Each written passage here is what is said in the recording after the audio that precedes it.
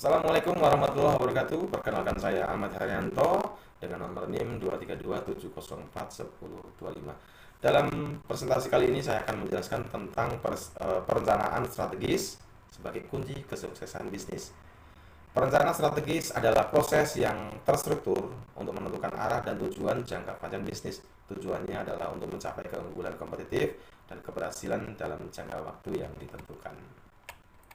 Adalah analisis lingkungan internal dan eksternal, di mana ada tiga bagian, yaitu analisis internal, analisis eksternal, dan analisis SWOT. Analisis internal memahami kekuatan dan kelemahan bisnis, termasuk sumber daya, struktur, dan budaya organisasi. Yang pertama, sumber daya manusia, sumber daya keuangan, teknologi, dan keunggulan kompetitif. Kemudian analisis eksternal mengidentifikasi peluang dan ancaman di luar perusahaan seperti tren pasar, persaingan, dan perubahan regulasi, di mana ada tren pasar, perubahan teknologi, perubahan demografis, dan faktor politik dan ekonomi. Analisis SWOT menggabungkan analisis internal dan eksternal untuk merumuskan strategi yang efektif. Ada strengths, weakness, opportunities, dan threat.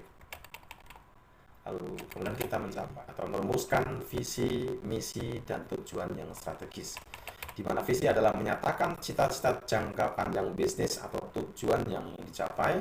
Kemudian misi menjelaskan bagaimana visi akan dicapai atau menentukan langkah-langkah konkret yang diambil untuk mencapai visi tersebut. Tujuan strategis menentukan target yang spesifik, terukur, dapat dicapai, relevan, dan terikat waktu atau smart, yang mendukung pencapaian visi dan misi.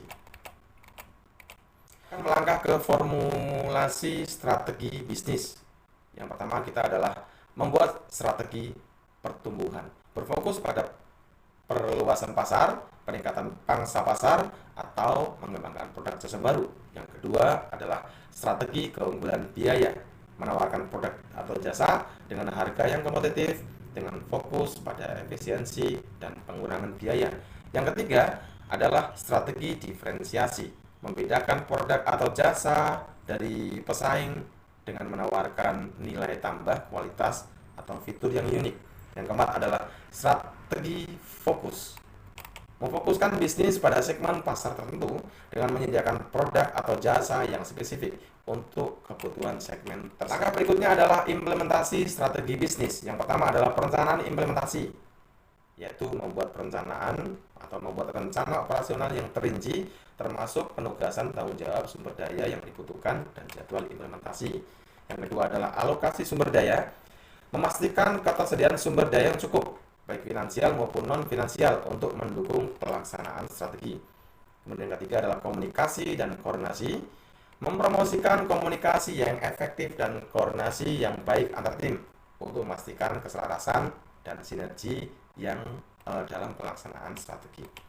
Yang keempat adalah monitoring dan evaluasi, melakukan pemantauan secara berkala untuk mengevaluasi kemajuan implementasi, mengidentifikasi hambatan, dan mengambil tindakan korektif, ya, sehingga ada sesuatu yang kurang kita akan sekarang perbaiki. Langkah selanjutnya yaitu memonitoring dan evaluasi strategi. Di sampingnya ada tabel yang saya buatkan kurang lebih sebagai contoh saja, di mana monitoring dan evaluasi di strategi itu ada aspek kriteria, indikator, dan target. Misal keuangan ada profitabilitas, kemudian margin laba bersih, dan targetnya ada 15%. Kemudian pasar, pangsa pasar, kita kemudian ke presentasi penjualan terhadap total pasar, dan targetnya adalah 20%. Kemudian operasional sebagai kriterianya adalah efisiensinya, kemudian indikatornya adalah biaya produksi per unit, misal target adalah 100.000. Kinerja, yaitu kriterianya adalah kepuasan pelanggan, kemudian indikatornya adalah skor kepuasan pelanggan dengan target 80%. Baik, kita ke manajemen sumber daya manusia untuk mencapai hal tersebut. Yang pertama, kita adalah melakukan rekrutmen dan seleksi, mencari dan memilih calon karyawan yang memiliki kompetensi dan motivasi yang sesuai dengan kebutuhan bisnis. Yang kedua, pelatihan dan pengembangan, meningkatkan kemampuan dan pengetahuan karyawan untuk mendukung pelaksanaan strategi bisnis. Kemudian yang ketiga, motivasi dan kompensasi. Memberikan penghargaan dan insentif yang adil untuk memotivasi karyawan dan meningkatkan produktivitas.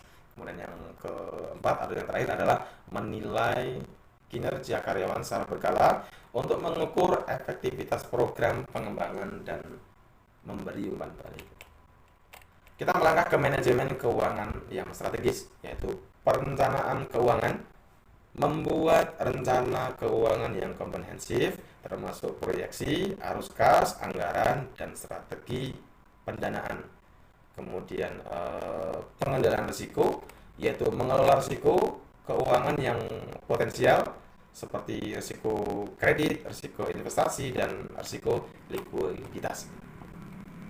Kemudian pengelolaan aset, yaitu mengoptimalkan penggunaan aset perusahaan, baik aset yang tetap ataupun aset yang lancar untuk meningkatkan efisiensi dan profitabilitas. Yang terakhir adalah analisis keuangan, melakukan analisis keuangan secara berkala untuk menilai kinerja keuangan, mengidentifikasi area yang perlu ditingkatkan, dan mengambil tindakan korektif. Sebagai gambaran di skema di samping adalah financial analysis, yaitu financial analysis. Kemudian ada dua faktor, yaitu test of profitability yang terdiri dari debt ratio, current ratio, dan flexion period. Kemudian yang kedua ada test of financial health, yang di situ ada return on sales, inventory turnover, dan return on investment. Kita melangkah ke inovasi dan pengembangan produk jasa, di mana ada dua faktor penting, yaitu pengembangan produk baru, di mana kita membuat produk atau jasa baru yang inovatif, memenuhi kebutuhan pasar yang berkembang, dan memberi nilai tambah bagi pelanggan. Kemudian ada peningkatan produk yang meningkatkan kualitas, fitur, atau fungsionalitas produk atau jasa yang ada untuk memperkuat posisi kompetitif. Kesimpulannya adalah kesimpulan dan rekomendasi. Perencanaan strategis merupakan fondasi untuk membangun bisnis yang sukses dan berkelanjutan. Implementasi yang konsisten dan evaluasi yang berkelanjutan adalah kunci untuk mencapai tujuan strategis yang telah ditetapkan. Semoga presentasi ini sedikit menggugah kita dalam mengelola suatu bisnis atau strategi dalam menjalankan suatu bisnis. Terima kasih telah menyimak video ini atas presentasi saya. Mohon maaf apabila ada kata-kata yang terlalu cepat atau kurang berkenan. Assalamualaikum warahmatullahi wabarakatuh.